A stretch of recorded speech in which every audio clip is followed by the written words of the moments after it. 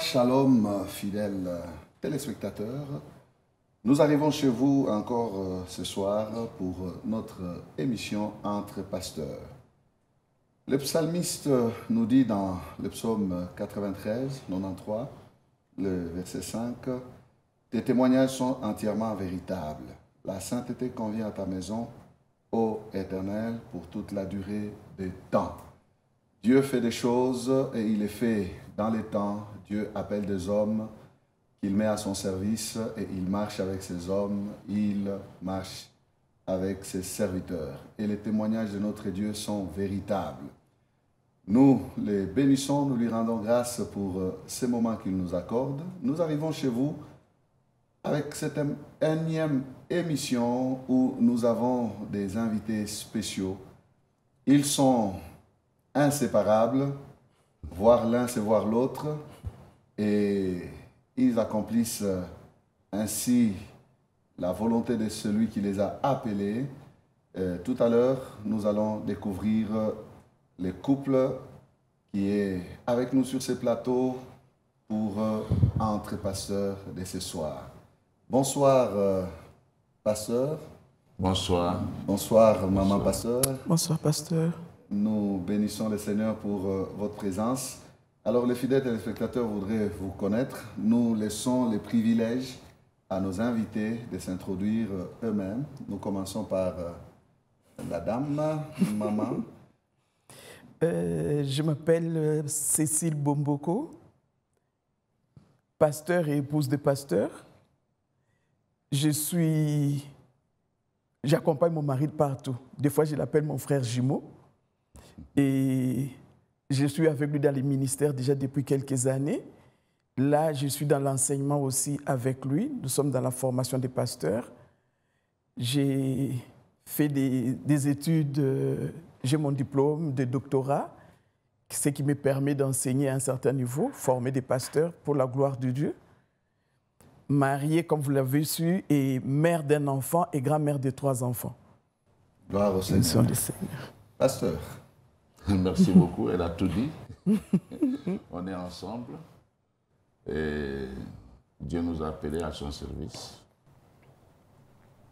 Et nous œuvrons, on a œuvré au pied du pasteur Vernon, avec vous d'ailleurs.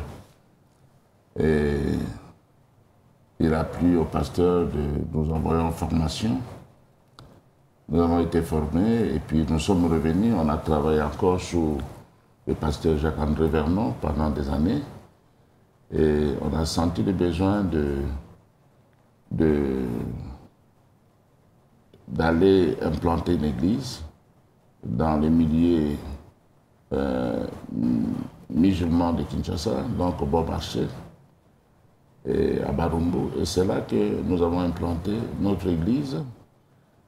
Et à partir de cette église-là, on en a implanté d'autres, des extensions. Et comme l'a dit Nadine Moitié, nous sommes dans la formation des serviteurs. On a été formés, on a le même diplôme. Et voilà, c'est tout ce que je puis dire. On est père et puis grand-père. Voilà. Père et grand-père de 3. De 3 enfants. Et Dieu est bon. Nous bénissons son nom pour votre présence ici à Lubumbashi, où du reste vous vous retrouvez pour des raisons de formation. Je pense que nous y reviendrons dans le fil de cette émission. Mais nous revenons dans ces années-là, au départ. Est-ce que, tout en grandissant, vous pouviez savoir que vous serez pasteur, vous serez dans les champs, où le Seigneur vous a pris de quelque part? Nous aimerions un tout petit peu connaître comment ça a commencé, quand est-ce que vous avez mis les pieds à l'étrier, comme on dit, et pour en arriver jusque-là. Oui, je pense que ça n'a pas été facile pour nous au début, parce qu'au début on travaillait et évidemment,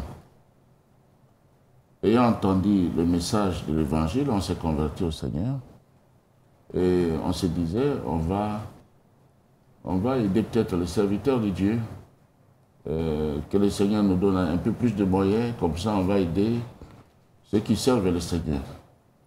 Mais le Seigneur, lui, il nous voulait nous-mêmes.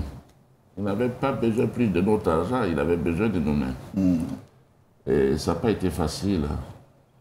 On a résisté un peu, mais quand même, le Seigneur a triomphé. Et c'est comme ça qu'on est entré dans le ministère. Dans ces années-là, on disait de Papa Bomboko qu'il était un homme de l'ancien régime, au temps de Mobutu. J'aimerais un peu que vous ouvriez cette parenthèse-là. Vous avez fait quoi exactement? Moi, je n'ai jamais su, mais c'est l'histoire. Non, il était dans les services, il travaillait dans... Peut-être que le Seigneur vous a sorti de là. Pour... Non, je n'ai pas travaillé dans ces services-là. Moi, au contraire, j'ai travaillé dans le journal Lima, donc à l'imprimerie d'Israël à l'époque. Et ça n'a pas été ça. Non. Ça, c'est un commentaire. Moi, puisque vous avez entendu cela? Oui, souvent les gens me demandaient même, et ils demandaient si j'étais le fils à Papa Justin, Marie Bomboko. Mais mon père s'appelait aussi Bomboko. Il est décédé bien avant Papa Justin. Mais vous n'êtes même pas de la famille? Non, je ne suis pas son fils. Voilà Dieu. Et à la borne, à côté du pasteur Verneau, comment est-ce que les choses se sont passées? Est-ce que vous êtes arrivé là comme simple fidèle et puis petit à petit vous vous êtes retrouvé au comité, vous étiez à la jeunesse et puis en fait je vous laisse la liberté de nous expliquer le parcours parce que c'est ce qui est aussi édifiant pour quelqu'un qui est en train peut-être de nous suivre et qui voudrait saisir un peu qu'est-ce que Dieu a fait chez vous. Oui, il faut dire que au tout début, avant que la borne existe même, on priait avec les pasteurs Vernon dans sa maison. À cette époque, on habitait Kintambo et il venait nous chercher avec sa camionnette. Et on passait des moments de prière avec le pasteur Vernon, sa famille et quelques couples. Et c'est moi qui distribuais les requêtes, plutôt les recueils, les chants. Et après la prière, il y avait du coca, et c'est moi qui distribuais le coca. C'était le travail que je faisais. Et je ne savais rien, et donc on priait ensemble. Et à ce moment, on a appris avec les pasteurs Vernon à prier le Seigneur, c'est ça. Et finalement, après, quand la borne a commencé, bon, on était là, un petit nombre au départ, 25 au premier culte, et puis ça a évolué. Et il y avait un frère qui était avec nous, un frère portugais, que j'ai pu retrouver à Dakar quand je suis allé enseigner là-bas à Dakar. Et c'est Aurelio. Il m'a vu, il était vraiment aux anges, il était tout content. Parce qu'il se souvenait encore de cette époque-là. Lui, il était responsable de la jeunesse. Et il devait partir pour le Portugal, où il devait aller apprendre, il devait aller se faire inscrire dans une école de l'Assemblée de Dieu là-bas au Portugal. Et à ce moment, le pasteur Vernon nous a approchés, mon épouse et moi, pour qu'on puisse s'occuper de la jeunesse. Et ce n'était pas facile pour nous, parce qu'on se disait, la jeunesse de la borne, ben, écoutez, ce sont des enfants des riches d'abord, ils sont gâtés, et puis bon, est-ce qu'on saura, On se posait pas mal de questions, mon épouse et moi. Et pendant qu'on se posait des questions, il y avait un pasteur de l'église du pasteur Ndolo, ma campagne, qui nous côtoyait. Et un jour, il est passé à la maison. Nous avons prié. Il ne savait rien de ça, de tout ça. Et après la prière, il a dit, mais écoutez, Dieu me dit qu'il vous appelle à son service, mais vous résistez. On s'est regardé avec mon épouse, on était tout tremblants. On n'a rien dit, on lui a rien dit. Et puis après, quand il est parti, on n'a plus hésité. Et c'est comme ça qu'on s'est lancé dans la jeunesse pour travailler dans ce sens-là. Et puis après la jeunesse, à un certain moment, on a senti qu'il ne fallait plus rester là-bas. Il y avait beaucoup plus de jeunes et on prenait de l'âge. Et on a travaillé avec des papas. Mais dans l'entretemps, le pasteur avait souhaité qu'on soit dans les comités avec lui et les autres aînés que vous connaissez. Et c'est comme ça qu'on a évolué. Oui. Et pour nous retourner vers Pasteur Cécile ou Docteur Cécile, votre rôle dans tout ça, à côté, votre complicité avec votre jumeau, ça a commencé à cette époque déjà là? Ou bien c'est quelque chose qui s'est tissé au fur et à mesure que vous évoluez? J'ai vu quelque chose sur les réseaux, je crois que vous n'avez pas donné les années de mariage. Vous avez plus de 30 ans de mariage. Oui, oui, oui. C'est déjà pas mal comme expérience. Maman? On a 39 ans. La complicité a commencé déjà dès le départ. Vous saviez dès le départ que vous allez servir ensemble? Ou bien... Nous avons 39 ans de mariage. Donc, en octobre ici, nous totalisons 40 pratiquement. Et par principe, nous avons compris que pour un bon cheminement dans les mariages, il faut demeurer amis. C'est vrai, il y a des incompréhensions, mais on a appris à gérer les incompréhensions dans les mariages. Et c'est ça qui a fait que nous soyons complices. Quelqu'un disait, quand maman a dit X, tu vois papa pour le même problème, il te dira aussi X. Donc, nous avons eu à développer ça comme ça parce qu'on a appris vraiment à nous connaître et à marcher ensemble. Au tout début, quand je l'ai rencontré, il travaillait, comme il l'a dit, aux imprimeries d'Isaïr. Et aucune idée, un jour, de servir. Aucune idée. Et il faut dire que dès que nous nous sommes mariés, nous avons commencé à rencontrer un problème sérieux de santé, particulièrement avec lui. C'était presque chaque mois, il était malade, presque chaque mois. Et c'est à partir de là qu'on a commencé à nous parler de Jésus véritable. Et c'est comme ça que dès là, nous nous sommes convertis, nous avons fait la connaissance du pasteur Verneau. Et même là, aucune idée du service. Et petit à petit, en cheminant, le Seigneur a commencé à travailler dans nos cœurs et à nous préparer jusqu'à ce que nous ayons rencontré cette expérience de la jeunesse et surtout l'intervention de ces pasteurs-là qui a été pour nous comme un grand... C'était un samedi matin que le pasteur est venu et la réunion des jeunes avait lieu le samedi après-midi. Ce qui fait que les mêmes samedis, nous n'avons même pas attendu le samedi prochain où aller dire d'abord au pasteur que nous étions d'accord. Non, non, non, non. Nous nous sommes apprêtés, nous sommes montés à la borne. Et c'est comme ça que nous avons commencé à servir dans la jeunesse. Mais il faut dire que plus nous avons grandi, plus nous avons appris encore mieux à nous connaître et à nous souder. Nous avons étudié pratiquement ensemble, côte à côte, tel que nous sommes assis ici. Et le Seigneur nous a fait grâce. Dieu vous a fait grâce. Nous voyons ce que le Seigneur est en train de faire et nous pouvons l'attester. Une question qui peut aider une femme qui hésite. On dit, surtout dans certains milieux, que la femme se taise. Quelle est votre pensée par rapport à ça? Vous êtes dans l'appel du pasteur ou vous avez votre propre appel? Est-ce que vous l'accompagnez ou bien vous servez pour vous? Parce qu'il y a des gens qui disent non, la femme à côté de l'homme, c'est dans le ministère de l'homme. Bon, il y a beaucoup de débats là-dessus, mais nous aimerions aussi avoir votre point de vue, surtout que vous vivez cette expérience-là dans les champs du Seigneur. Oui, pasteur, vous avez intervenu. Oui, je vais intervenir. Quand on voit votre épouse Maman Thérèse prêcher, ce ne sont pas les paroles que vous mettez dans sa bouche, c'est le Seigneur qui parle au travers d'elle. Oui. Donc, vous savez, Dieu fait des choses, il fait des choses il fait merveilleusement bien les choses.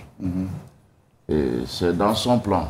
Quand le pasteur Vernon l'a recommandé pour aller étudier, elle a eu sa recommandation à part. Ce n'était pas parce qu'elle était mon épouse qu'elle devait m'accompagner pour étudier. Non, non, le pasteur a fait. Le pasteur Vernon l'a recommandé comme il m'avait recommandé moi. Donc, il a reconnu son ministère en dehors de mon ministère. Donc, elle a un ministère. Eh bien, nous travaillons ensemble. C'est vrai qu'elle m'aide, mais elle a été appelée elle-même par le Seigneur. Et quand elle prêche la parole de Dieu, parfois, j'ai dit, mais quand je la regarde, je dis, mais cette petite fille, cette petite dame-là, cette femme, elle est quand même formidable. Je l'apprécie. Je gagne quelque chose avec elle. Donc, ce n'est pas parce que le pasteur est appelé que la femme doit suivre. Quelquefois, c'est une grosse erreur que beaucoup de femmes font. Et toutes les femmes ne sont pas appelées au ministère de la parole. On peut travailler avec les enfants à l'écodine, on peut travailler à la chorale, on peut travailler à l'intercession. Mais on ne doit pas absolument chercher à faire comme Maman Cécile, comme Maman Thérèse ou comme d'autres femmes. Non, chacun a son appel. Bon, pour les débats concernant les femmes, que la femme se taise, qu'elle ne prêche pas. Qu'elle ne prenne pas autorité. Qu'elle ne prenne pas autorité, tout ça. Ben, c'est un débat. Mais tout ce que je peux dire, c'est que dans une armée, une grande armée, si vous éliminez plus de la moitié de l'armée, parce que les femmes sont plus nombreuses que les hommes, si vous éliminez plus de la moitié, est-ce que vous allez vous attendre à une victoire? Ça, c'est la première question à laquelle il faut répondre. La seconde question, c'est celle-ci. Mais quand on dit que la femme se taise, est-ce que Paul était contre les femmes? Je ne pense pas. Paul avait des compagnes. Paul a reconnu le ministère de certaines femmes. Il ne faut pas voir seulement les contextes immédiats. L'Église, dans la Bible, nous trouvons plusieurs églises. Il y a l'église d'Éphèse, il y a l'église de Corinthe, il y a l'église de Jérusalem, il y a l'église d'Antioche, l'église de Chanceray, l'église de Samarie. Il y a plusieurs églises. Mais ça, c'était une particularité. Vous voyez? Et si on dit que la femme se taise, mais quand la femme prophétise, quel est le rôle de la prophétie? C'est le même rôle que le message que l'on livre. Donc c'est un débat et je ne voudrais pas m'attarder sur ça parce que bon, à chacun de penser comme il veut, mais nous travaillons et nous savons qu'on n'est pas en dehors de la pensée du Seigneur. Amen. Je peux juste ajouter quelque chose? Comme mon mari vient de le dire, il faut reconnaître qu'il a été d'un grand apport dans mon ministère. Il y a un grand combat par rapport au ministère de la femme. Je peux juste commencer avant la formation. Moi-même, j'ai senti ces désirs. Il y avait des personnes qui m'ont parlé aussi du fait qu'il fallait vraiment que je me fasse former. Lui-même me disait chaque fois, les jours où j'ai l'occasion d'être formé, tu vas être formé. Mais on ne savait pas comment les choses allaient se passer jusqu'au moment où la porte s'est ouverte comme il l'a expliqué. Mais même dans cette formation, j'étais tout le temps en train de dire à quoi cela va me servir. Et il y a eu aussi d'autres pasteurs qui m'ont encouragé pour dire « Tu ne comprends pas aujourd'hui, mais demain tu comprendras. » Et Dieu, comme il était dans l'affaire, lui-même a facilité, planifié pratiquement tout ce qu'on a eu à faire. Mais je peux vous dire sincèrement que mon mari m'a beaucoup encouragé toutes les fois où je me sentais un peu comme découragée, comme abattue parce que je suis une femme et on m'a peut-être traité d'une façon ou d'une autre. Il a été vraiment d'un grand apport. Je me souviens un jour, alors qu'on avait commencé à donner déjà cours au pasteur, je suis rentrée à la maison, j'étais un peu abattue. J'ai dit, est-ce que je vais m'en sortir? Et j'étais vraiment découragée. Il m'a dit, écoute ceci, tu as commencé, continue. Le Seigneur va t'aider. On a prié, il m'a parlé, je suis parti, j'ai continué. Et quelques temps après, les étudiants m'ont dit qu'ils m'appréciaient beaucoup. C'était pour moi un grand encouragement. Et c'est ça qui m'a poussé aussi à continuer. Parce qu'il faut reconnaître aussi que les premiers groupes des étudiants que nous avons enseignés étaient composés de certaines personnes avec qui nous étions déjà dans les ministères. Ce qui n'était pas une chose facile. Oui. Mais le Seigneur a fait grâce, tous m'ont apprécié. Et c'est là, je parle de ça pour dire à mes sœurs, peut-être tu es en train de m'écouter, tu es en train de te poser aussi des questions. J'aimerais dire à toutes mes sœurs, puisque nous appartenons au Seigneur, que chacune de nous, nous puissions défendre ce que nous sommes, ce que nous connaissons. Que nous ne puissions pas attendre que les hommes puissent faire toujours pour nous, mais que nous puissions faire notre part. Parce que même dans l'œuvre de Dieu, nous avons une place. Nous avons une place. Le temps nous manquerait de commencer à expliquer toutes ces choses, mais même dans l'œuvre de Dieu, nous avons une place. Gloire au Seigneur. Fidèles téléspectateurs, nous prenons une pause et nous revenons à vous tout à l'heure. Là où il vous calomnie, qu'il remarque vos bonnes œuvres. Pourquoi? Et glorifie Dieu pour les jours où il les visitera. Quand ces jours-là, quand Dieu va les visiter, que ces païens-là puissent venir et dire, tu sais, j'étais maltraité, j'étais critiqué, j'ai fait X et Y, mais aujourd'hui je reconnais que ce que tu faisais, c'était vraiment le comportement exigé par notre Dieu. Bien-aimé dans le Seigneur, ma vie de tous les jours doit glorifier Dieu. Pas glorifier un homme. Non, ma vie de tous les jours. Et j'aimerais revenir encore pour dire, bien-aimé, Naomi avait compris, déjà du vivant de son mari et de ses fils, qu'elle était en mission. Naomi avait réalisé que là où elle se trouvait à Moab, elle était en mission. J'étais en train de réfléchir, je me suis dit, peut-être qu'avant d'aller à Moab, quand Elimelech lui a annoncé, Naomi, nous allons quitter ces lieux pour partir à Moab. Peut-être que Naomi a dit ceci à Elimelech, Elimelech, mon mari, ici là où nous sommes à Bethléem. Ici là où nous sommes dans les lieux de la bénédiction. Même s'il n'y a pas de bénédiction maintenant, même s'il y a un désert aujourd'hui, mais nous n'allons pas rester dans les déserts. Dieu nous visitera. Elimelech regarde sa femme. Moi, c'est moi le chef. Nous allons mourir de faim ici bêtement. D'ailleurs, toi, tu ne réfléchis même pas comme il faut. Ce n'est pas toi qui gagne l'argent, c'est moi. Naomi, partons. Elimelech, s'il te plaît, j'ai déjà dit, c'est moi le chef. Peut-être c'était comme ça, hein? Je ne sais pas. Et là, j'aimerais dire à mon frère, frère, tu es le chef de famille, mais tu n'es pas le patron. Le chef dirige, mais il écoute aussi. Le chef communique et il explique. Le chef essaie de comprendre ce que l'autre dit. Tu es le chef et la femme est ton aide. Le chef peut se tromper. L'aide peut aussi venir au secours. Bien-aimés dans le Seigneur, nous sommes là en train de dire aujourd'hui c'est la journée des femmes. Je me dis des fois, oh, mais pourquoi? Pourquoi les hommes nous ont amenés jusque-là? Les autres jours, ce sont les journées de qui? Ce sont les journées de qui? Ce sont les jours que notre Père a créés. Ce sont des journées créées par notre Père et nous sommes appelés à vivre tel que notre Père nous les demande tous les jours. Pas attendre le 8 mars. Tous les jours. La vie continue. La vie continue. Nous sommes appelés à vivre comme Dieu le veut. Nous revoici encore, fidèles téléspectateurs, nous sommes chez vous dans Entre Pasteurs. Nous sommes avec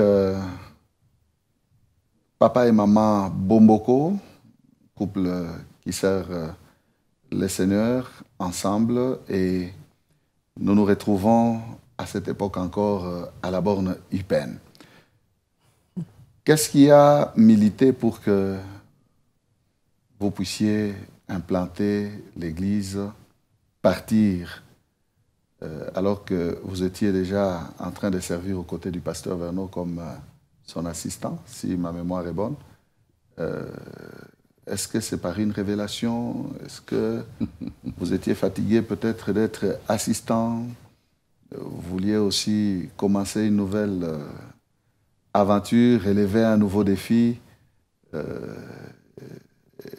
Parlez-nous un tout petit peu aussi de cette expérience-là. de l'implantation de l'Église, sa genèse et peut-être même les défis que vous avez eu réellement à rencontrer sur le terrain pour que la bannière, puisque c'est comme ça que s'appelle l'Église, Centre évangélique La Bannière, les défis qu'elle a rencontrés. Merci, pasteur. Il faut dire que on a travaillé longtemps comme assistant du pasteur Jacques-André Vernon. Et vous savez, pendant qu'on travaillait, on était assistant, on devait aussi s'occuper de l'extension de la FATAD à Kinshasa, faculté de théologie de l'Assemblée de Dieu à Kinshasa. Le campus central est à Lomé, au Togo. Donc, on est coordinateur de cette extension, mon épouse et moi. Et très souvent, les étudiants ne me le disaient pas comme ça en face, mais parfois ils pouvaient dire, mais c'est vrai, ils nous parlent, c'est bien, tout ça, ils nous enseignent bien, mais ça, ce sont des théories. Lui, il est assistant. Mais vous savez, un assistant reste toujours un assistant. Est-ce qu'il connaît vraiment les réalités d'un pasteur titulaire? Du terrain qui disait. Et pourtant, vous savez, quand vous étiez à Chikapa, les pasteurs m'ont envoyé à Chikapa, je suis allé même à Kananga, tantôt ils m'ont envoyé à Bandaka. Vous savez, le pasteur Vernon, c'est quelqu'un qui nous a formés pour être des serviteurs tout terrain. Aujourd'hui, on peut vous voir dans un bureau climatisé, mais on ne sait pas que vous avez travaillé dans la chaleur. Donc, on a travaillé comme ça, mais vous pouvez voir quelqu'un, il a une petite église, il est pasteur titulaire, mais il méconnaît ce que vous faites parce que vous n'êtes pas pasteur titulaire. Et c'était un défi pour nous. J'ai dit au pasteur, j'ai dit, mais écoutez, je pense qu'il est maintenant temps que je commence aussi une église. Parce que ce refrain-là revient un peu souvent. Et qu'on voit comment les choses vont se passer. Et le pasteur a marqué son accord. Et lui avait proposé même que j'aille à Bandal ou à Lemba. Mais nous, après prière, on a pensé aller dans un coin où on pouvait trouver plus de musulmans. Parce que souvent aussi, on néglige cet aspect des choses. Notre target, c'était les musulmans, les étudiants de l'ISTA, et puis les prostituées. Voilà ce que nous, on visait. Et c'est comme ça qu'on s'était dit, notre église sera entre l'ISTA et puis la gare centrale à Kinshasa. Et curieusement, c'est tombé en face de l'ISTA. C'est là qu'on a commencé. Mais après, bon, on n'est plus là, on a acheté des parcelles et on a construit une grande église non loin de là. C'est ça l'histoire. Je peux juste ajouter? Oui. Et plus d'une fois, il me parlait de l'expérience à transmettre aux étudiants. Et effectivement, sur terrain, nous avons constaté qu'il arrive deux fois où nous sommes obligés d'expliquer aux étudiants comment l'Église peut commencer, qu'est-ce qu'il faut faire et tout. Et lorsqu'on parle des défis, il faut reconnaître qu'il y en a plusieurs. Mais moi, je vais parler des défis par rapport à une femme. Oui. Une femme dans les ministères, une femme qui est appelée à prêcher. Et au tout début de notre Église, octobre 2002, nous implantons, nous commençons à travailler. Et comme nous sommes dans l'enseignement, il y avait des fois où soit lui voyage pour enseigner, soit nous voyageons nous deux. Et quand il voyageait, moi, je restais avec l'Église. Mais j'avais constaté dans l'Église qu'il y avait des hommes qui ne suivaient pas ma prédication. Les dimanches matins, dès que toi, tu entres, tu t'aimais à la chair, tu vois la personne sortir. Wow. Vraiment, il prend ses effets, il sort. Au tout début, je me suis dit, mais peut-être on l'a appelé au téléphone, il est parti répondre. Et après, j'ai constaté que c'était quelque chose qui s'est répété. Wow. Par moments, j'avais envie de me défendre, mais je sentais que non, ça ne servait à rien. Continuer à prêcher seulement la parole. J'ai continué. Un jour, dans les fonds, je remarque 3 hommes, tous la tête baissée pendant la prédication. Vraiment comme ça, la tête baissée. Je me dis, mais comment ils peuvent dormir à 3 et de cette même façon? C'est à la fin du culte qu'on m'informera que non, ils ne dormaient pas, ils ne voulaient pas suivre un message donné par une femme. Et un dimanche aussi, mon mari n'était pas là.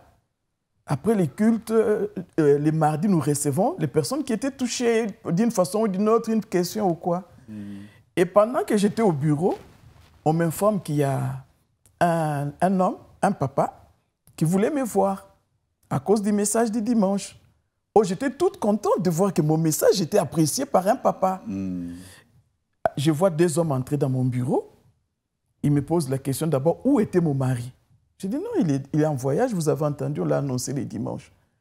Alors, la deuxième chose qu'ils me disent, ils se posent la question, comment le pasteur Bomboko a laissé une femme prêcher dans son église? J'ai essayé de me défendre, ils ont dit, non, ce n'est pas biblique. Mais malheureusement, en essayant de suivre les choses, j'ai constaté que nos amis étaient originaires du même côté que moi. C'était mes frères. Donc, alors, je me suis défendu, j'ai expliqué, mais ils ont dit non, et ils ne peuvent pas accepter ça. Ils parleront avec les pasteurs. Alors, j'ai posé une autre question. J'ai dit, bon, dans tout ce que j'ai prêché, qu'est-ce que j'ai dit de mauvais? Non, maman, c'était très édifiant la prédication, mais seulement, tu es une femme. Donc, mon problème, c'était je suis une femme. Et là encore, mon mari a eu à m'encourager, à me parler pour que je puisse continuer. Mais au jour d'aujourd'hui, je crois que bon, si quelqu'un conteste, je ne peux pas dire le contraire. Mais je crois que quand même plusieurs ont apprécié parce que j'ai eu à voyager vers notre église à Bandundouville. J'ai rencontré un jeune qui était à l'ISTA à cette époque-là, qui a commencé à me raconter, maman, au début, j'étais contre le ministère de la femme. Mais plus j'ai suivi vos messages, plus j'ai été convaincu.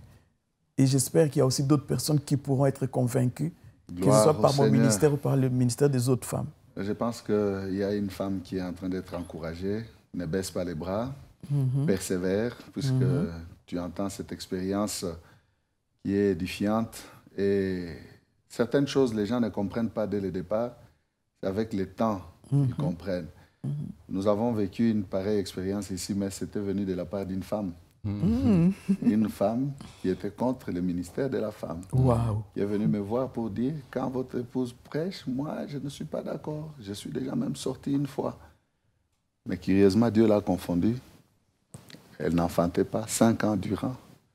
Et le dimanche où mon épouse prêchait, c'est le dimanche où quelque chose s'est déclenché. Et à la prière, elle a reçu une assurance qu'elle va enfanter. Et c'est 2 mois après qu'elle vient maintenant, elle revient avec la repentance et le témoignage à la fois. Pour dire que c'est ce jour-là, quand on a prié, j'ai senti quelque chose, je me suis approprié par la foi que le Seigneur va me visiter. J'attends famille, j'ai 2 mois de retard depuis ce dimanche-là jusqu'à ce jour. Je me répands, j'avais négligé le ministère de la femme. Maintenant, je crois que la femme peut aussi servir et prêcher. Et cette maman a déjà son bébé. Elle a eu un enfant qu'on a présenté à l'église. Donc, ce n'est pas seulement les hommes qui contestent, mais même certaines femmes aussi se laissent aussi embrigader par ces considérations-là qui les limitent, en fait. Que Dieu soit béni. Et l'œuvre maintenant de la bannière, je ne sais pas, parce que vous avez raconté. Je voudrais ajouter que il y a des hommes qui sont venus aussi me voir pour me demander, des fidèles, qui disent, mais pourquoi est-ce que vous laissez votre femme prêcher? Et je leur ai dit, mais est-ce que c'est parce que c'est ma femme ou c'est parce que c'est une femme qui prêche? Et ils ont dit, c'est parce que c'est une femme qui prêche. Je dis, alors ça c'est un faux problème. Et vous savez, l'obstacle, ce n'était pas seulement au niveau des fidèles, même au niveau de la pastorale. Avec les vieux pasteurs, ce n'était pas facile. Mais à un certain moment, on a commencé à l'appeler pour aller enseigner. donner même des séminaires aux pasteurs, à la communauté. Mais pour la consacrer, c'était un problème. Pour reconnaître son ministère, c'était un problème. Mais vous savez, ce sont nos étudiants, pasteurs, qui finalement, puisqu'ils occupent aussi des hautes responsabilités au niveau de la communauté, ils ont dit non, c'est pas possible. Cette femme-là, elle mérite qu'on la consacre, qu'on reconnaisse son ministère. Et finalement, celui qui est venu reconnaître son ministère, la consacrer, c'est notre étudiant. Oh. C'est notre étudiant. Bon, là, il est pasteur. Il est pasteur. Il est pasteur. Il est pasteur. Il est diplômé, bien sûr. Et bon, moi, je lui disais, tout ça, c'est rien. L'important, c'est de servir le Seigneur. On n'a pas besoin des titres, hein, parce qu'il y a des gens qui avancent les titres et tout. Même dans la formation, c'est pour équiper les gens. On équipe les gens, mais la formation ne donne pas les ministères. Et il y a des gens qui se promènent avec des titres dans des poches. Et je lui ai dit non, écoute, toi sers le Seigneur. Il reste après. Dieu est fidèle. Oui, si on reconnaît, il n'y a pas de problème. Si on ne reconnaît pas aussi, il n'y a pas de problème. En fait, quand Dieu appelle, il n'appelle pas selon les genres. Hein. Ah, c'est ça. Il appelle selon son plan. Voilà. Ouais. Hein, homme ou femme. Et en Christ, nous tous, nous sommes un. Hommes et femmes. Nous parlons formation. Vous êtes là pour la FATAD. Qu'est-ce que vous pouvez dire à propos de la formation? Vous avez déjà commencé. C'est comme ça que je vous emboîte les pas. Onction, formation, appel. Qu'est-ce que vous avez à encourager à peut-être un frère qui néglige la formation, qui trouve que bon, son appel suffit, son onction suffit? Non, mais vous savez, la formation, il y a la formation Paul et Timothée. Hein, c'est ce que nous avons reçu avec le pasteur Vernon. On était à ses pieds et tout ça. Et aujourd'hui, les gens s'étonnent. Comment, quand vous commencez une église, vite, on remarque qu'il y a une croissance rapide et tout. Mais il y a aussi la formation classique. Il faut aller à l'institut biblique. Il faut aller à la faculté. C'est important. Dieu vous appelle. Mais si vous n'êtes pas formé comme il faut, eh bien, vous allez maintenant débuter des sottises. Vous allez facilement pencher du côté des hérésies. Vous allez ramasser n'importe quoi. Mais avec la formation, il y a l'équilibre. Et puis, on est sûr de ce qu'on dit. Donc, le Seigneur nous équipe. J'encourage les frères, les sœurs qui sont appelés dans le ministère à se faire former, à passer par l'institut biblique ou la faculté.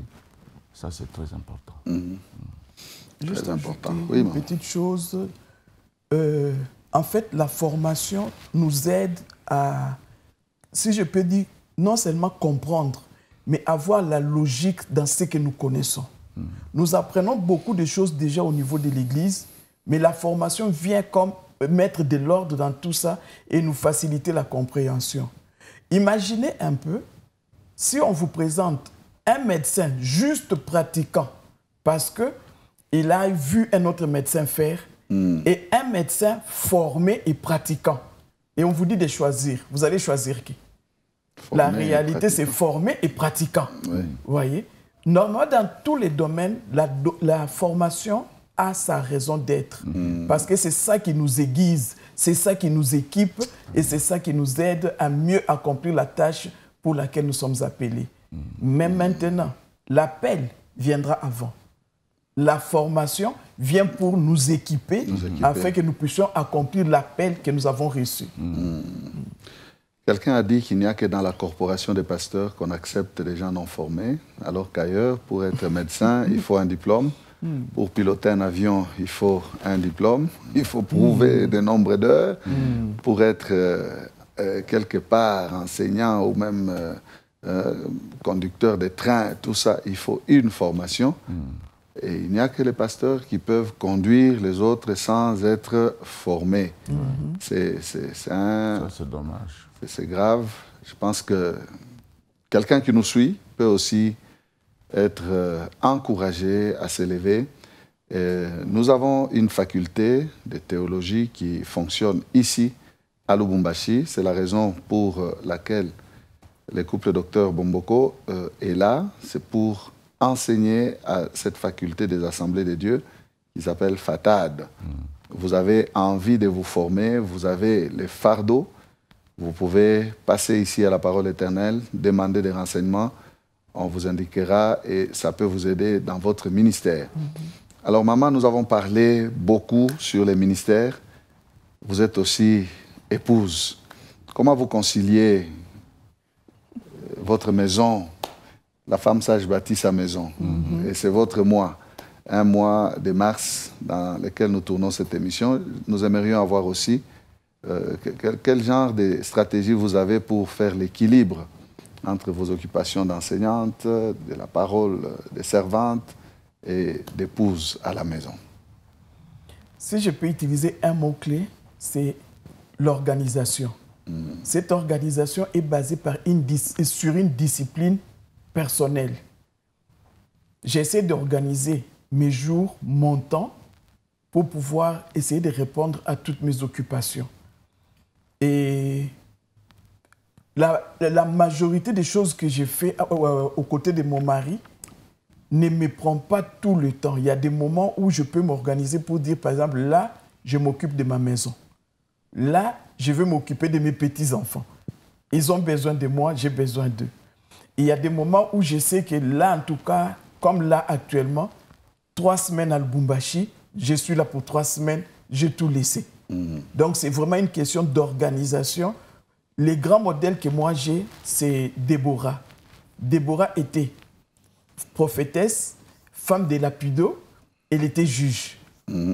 Donc, elle faisait déjà ces 3 tâches, déjà à cette époque-là, basées sur l'organisation. Quand vous essayez de bien étudier la femme vertueuse, Proverbe 31, à partir du verset 10, vous allez trouver que c'était aussi une femme qui était très organisée. Oui. Donc, c'est organiser votre temps. Et même s'il faut écrire, écrivez, ça va vous servir et être bénéfique. Une petite question. N'y a-t-il pas eu des moments où c'est trop? Vous sentez que vous êtes submergé, vous êtes dépassé? Oui. Et d'un côté, ça ne marche pas parce que bon, l'autre côté a pris plus de temps. Ça arrive ou bon, ça ne marche pas, oui, mais j'essaie de faire en sorte que je ne puisse pas arriver à un point vraiment où c'est vraiment grave, sérieux. Je vais essayer de... Pardon, je m'explique un peu. Je vais essayer de m'expliquer. Il m'est arrivé, par exemple, d'avoir une chambre en désordre parce que je devais sortir pour X, Y et tout. Je n'ai pas eu le temps de remettre de l'ordre. Vous voyez? Donc, ça n'a pas marché dans ma maison. Mais j'essaie de récupérer, dès que j'ai un petit temps, j'essaie de récupérer pour essayer de remettre tout en ordre. Il m'est arrivé de ne pas avoir finalisé certains documents. J'essaie de voir pour récupérer et me remettre en ordre. Donc, c'est une question de savoir ce qu'on veut et essayer toujours de veiller pour être équilibré. Oui. D'accord. Oui, pasteur. Par rapport à ça aussi, je voudrais ajouter ceci. Comme elle a dit, il y a l'organisation. Parce que la question m'est aussi posée souvent. Comment vous faites pour travailler comme professeur, pasteur, et quelquefois aussi coordonner les activités de la famille La Borne, la communauté, voyager et tout. Mais dans la vie, il faut avoir un planning. Il faut organiser son temps comme elle a dit. Et en plus de tout ça, il faut avoir des vacances. Il faut se reposer. Il faut un temps où vous vous reposez. Vous vivez loin de tout ça. Vous prenez un bon mois, vous allez là où on ne vous connaît pas. Ou vous arrivez quelque part, ou peut-être on vous connaît, mais vous n'indiquez pas votre adresse. Vous vous reposez. Et on est à deux comme au commencement. Hein? Et on prend notre repos, on dort, on lit la Bible, on prie, on médite, et on mange, on peut faire la promenade, on oublie un peu tout. Et maintenant, quand on revient, on est fort. Vous avez une nouvelle voilà, avec un nouvel élan. Force, un nouvel élan, oui. Gloire à Dieu. Nous sommes en train de chuter, lentement mais sûrement. Vous êtes à Lubumbashi. Vous avez des étudiants, vous avez côtoyé aussi ceux de Lubumbashi. Je ne sais pas qu'est-ce qui vous marque, que vous pouvez aussi transmettre librement, peut-être poussé par l'esprit, un conseil, un encouragement aux serviteurs de Lubumbashi. Eh Si bien, vous avez à dire oui. un mot de la fin. Au fait, nous sommes marqués par la parole éternelle d'abord. Quand on voit ce que la parole éternelle a fait, on dit, wow, Dieu sait travailler avec ses enfants. Et le secret dans tout ça, c'est l'humilité, la crainte de Dieu, une vie de sanctification. Parce que peut-être les gens peuvent se dire, mais quel miracle vous avez fait et tout et tout. Mais on est dans cette école-là. Une bonne gestion aussi. Hein? Si vous ne gérez pas l'argent du Seigneur avec crainte et tremblement, vous ne pouvez pas faire tous ces exploits ici. Parce que qui peut vous donner l'argent? Qui peut enrichir quelqu'un d'autre? Et le conseil que je peux prodiguer aux serviteurs de Dieu, c'est toujours de ne pas se comparer, mais de ne pas aussi se gêner, de demander des conseils s'il faut être conseillé. Et comme ça, on ira de l'avant. Lubumbashi, c'est une belle ville. Les gens sont gentils. J'aime bien le Swahili, même si je ne parle pas Swahili.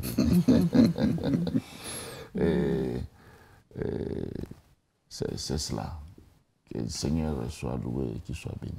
On va terminer avec Dr Cécile. Un mot, peut-être un peu plus sur les mamans. Oui. Je commence d'abord par apprécier notre salle de classe, les étudiants que nous avons. Ils sont fantastiques. Nous avons un bon groupe en tout cas. Que le Seigneur les bénisse. À mes sœurs, j'aimerais dire ceci. Vous savez, Dieu dans son amour permet que nous puissions être co-ouvrières avec lui dans cette œuvre. Et je nous en supplie, alors que nous sommes en train de fêter et nous nous réjouissons pendant ces mois de la femme, réjouissons-nous surtout du fait que pendant ces mois de la femme, en tant que co-ouvrières avec Christ, nous faisons en sorte que plusieurs se tournent encore vers lui, en ayant un comportement digne des enfants de Dieu, en parlant et en reflétant Christ partout et dans tout ce que nous allons entreprendre pour que plusieurs, même les hommes qui vont nous regarder, qui puissent voir les choses différemment. Nous présentons et portons Christ partout où nous passons. Que le Seigneur nous bénisse tous. Gloire au Seigneur. Que le Seigneur nous bénisse tous. Voilà, c'est par ces mots que nous prenons congé de vous, fidèles téléspectateurs, des Entre Pasteurs. À la prochaine, sur la même chaîne et à la même heure. Que Dieu vous soit favorable. Au revoir. Shalom.